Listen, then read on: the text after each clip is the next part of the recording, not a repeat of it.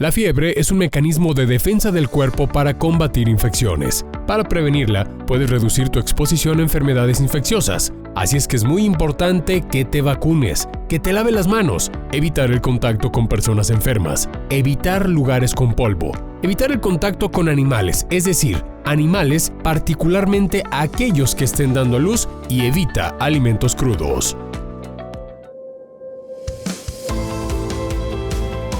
Y estamos aquí en nuestra mesa de conclusiones con nuestro invitado especial. Y bueno, queremos puntualizar algunas cuestiones sobre este tema de fiebre en el adulto, que la verdad, ya el doctor nos comentó lo importante que es hacer un buen abordaje clínico, lo que es hacer una buena historia clínica, exploración, y bueno, también hacerles énfasis en casa de que no deben de autoprescribirse, porque en muchas ocasiones, además de que llegan ya con los médicos con un tratamiento que no les fue de utilidad, tendemos a irnos a hacer estudios de manera voluntaria y solicitamos reacciones febriles. Doctor Luis, aclárenos un poquito sobre si son de utilidad cuando estamos buscando alguna fiebre de origen desconocido, hacernos este tipo de estudios. Mira, tocaste un tema muy importante porque en la actualidad en todos los paquetes de laboratorio te integran a veces, aunque no lo solicites, ya vienen las reacciones febriles, y esto no nos documenta más que si estuvimos expuestos a algún tipo de esas bacterias y nos genera anticuerpos, pero no quiere decir que tengas la infección. Entonces, los pacientes, al ver muchas veces los resultados, lo interpretan como si tuvieran una infección activa, y muchas veces te aparece varias reacciones como positivas, y esto obliga al paciente, bueno, lo crea como una necesidad de que tiene una infección y que debe de recibir tratamiento. Y nos tocan pacientes que, sobre todo que vienen de algunos otros lados, a veces hasta de comunidades, donde dice, doctor, es que yo ya recibí tratamientos, tengo 1 mes, 2 meses con tratamiento, y mis reacciones siguen saliendo positivas. Y es que en realidad pues no han tenido una infección de ese tipo. Salen positivas porque tuvieron anticuerpos. Lo que tenemos que hacer, si sospechamos, obviamente por eso es la sospecha clínica, normalmente si el paciente tuviera una infección asociada, por ejemplo, a brucela, a salmonela, pues tuvieran otros datos clínicos, y obviamente tenemos que hacer la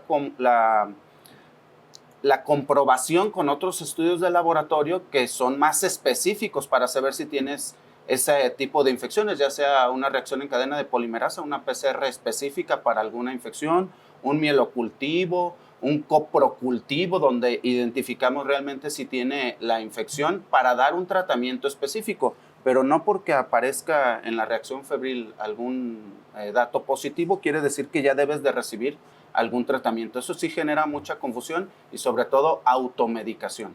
La parte del abordaje de las infecciones en el adulto, Luis Arturo, da mucho tema de qué hablar y nos podríamos pasar aquí semanas platicando sobre el tema, pero entiendo que hacer un abordaje inicial nos permite hacer una clínica diferente y tomar la medicina. Y de verdad tomamos mucho el ejemplo para los que veíamos por ahí el programa del Dr. House, en donde hay que tomar la clínica del paciente e irnos en un orden para poder hacer un diagnóstico. Y entiendo que el apoyo imagenológico, como estudio radiográfico, tomográfico, por áreas del cuerpo, nos permite tener una evidencia distinta, ¿no?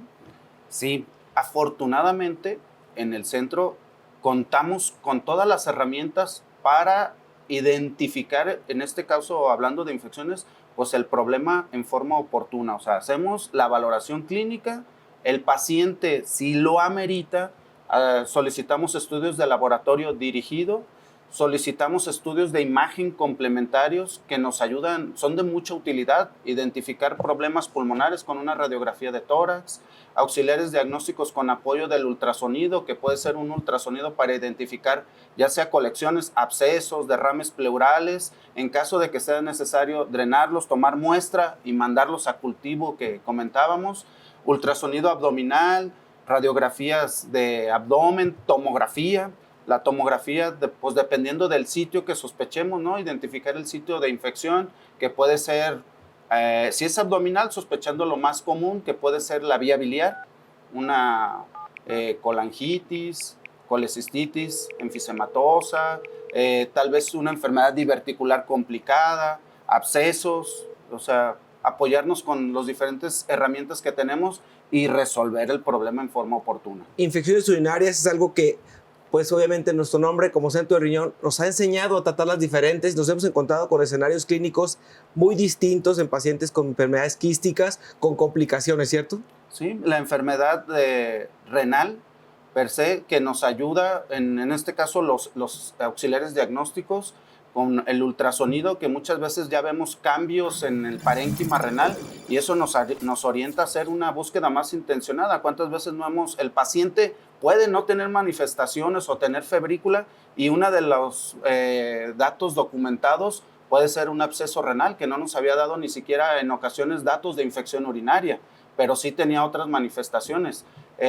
Obviamente la cistitis, ¿sí? Que es la inflamación de la vejiga, o complementarlo con los estudios de urocultivo, identificar bichos atípicos que pueden no manifestarse en estudios convencionales, ¿no? Como la tuberculosis. En los casos que queremos dejarle de alguna manera a la población que nos ve a través del programa, ¿cuáles serían los signos clínicos que el paciente no debe de dejar pasar como alertas en un paciente que tiene episodios febriles persistentes? Un signo clínico primario, como sería pues, probablemente hablar de la falta de apetito, de la condición de somnolencia, para aquellos que tenemos un adulto mayor en casa y que de repente no sabemos si algún proceso infeccioso esté como manifestando en el organismo. De hecho, en el paciente adulto, como comentábamos, las manifestaciones suelen ser totalmente atípicas. Entonces, si estamos viendo ya un comportamiento que no es habitual, con falta de fuerza, ¿sí? Que lo ven desganado, no tiene buena ingesta de apetito. De hecho, en ocasiones tienen insomnio, no logran conciliar el sueño o están dormidos de más, prácticamente no despiertan, ¿sí? Hipoactivos, se refieren con dolor muscular o flacidez. Obviamente pues tenemos que hacer un abordaje oportuno para identificar si hubiera alguna causa de fondo que esté generando el problema. ¿Cómo educar a la población para reforzar nuestro sistema inmunológico, Luis Arturo? ¿Qué partes de alguna manera lo que la OMS ha establecido como parte de una cultura de prevención y cómo podríamos en un momento dado suplementarnos como adultos para tener un sistema inmune competente? Creo que aquí lo básico para ser saludable pues es lo que ya sabemos todo, ¿no? No hay ciencia, tener una buena alimentación balanceada, que en la actualidad pues lo ideal sería que nos dieran un plan nutricional guiado de acuerdo a las características de cada persona.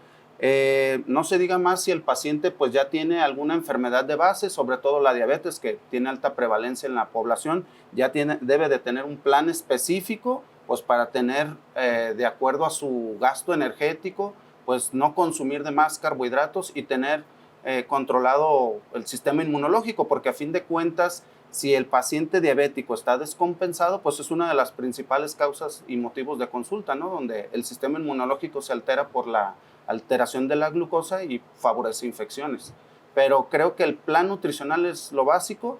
Si el paciente tiene una buena alimentación, en ocasiones pues no es necesario suplementar con vitaminas. Muchas veces los pacientes también llegan pidiendo vitaminas para prevenir infecciones, pero en realidad eso no es necesario. La OMS hizo algunas recomendaciones como el uso de, y lo pregunta el paciente, el uso de omegas, el uso de zinc, el uso de vitamina C, el uso de vitamina D. ¿Qué tan válido es que la gente de repente se suplemente por autoprescripción? Puedes utilizarlo, pero realmente no tiene un gran impacto, a menos que ya tengas específicamente algún estudio donde, por ejemplo, el nivel de HDL como colesterol bueno está deficiente, pues bueno, hay que suplementarlo, ¿no? Si tienes, ahorita es muy común también la deficiencia de vitamina D, pero deberíamos de hacerlo guiado. Tienes un paciente que realmente lo necesita, suplementarlo, pero no abusar también de los suplementos, que es algo muy común en la actualidad. Pues aspectos importantes que tenemos que considerar. Todos los que tenemos una condición adulta debemos de acudir con un especialista cuando tengamos alguna condición de fiebre y sospecha de algo infeccioso, abordarla de manera integral por alguien que tenga la experiencia. Obviamente, el Centro de Riñón Guadalajara hemos desarrollado a lo largo de más de 15 años una evaluación primaria donde la integración de estudios imagenológicos, radiológicos y laboratoriales desde su primera visita puede cambiar el pronóstico. Vamos a ir al glosario con Lalo y con Randa. ¿Nos acompañas? Claro. Continuamos Torre Médica. Continuamos.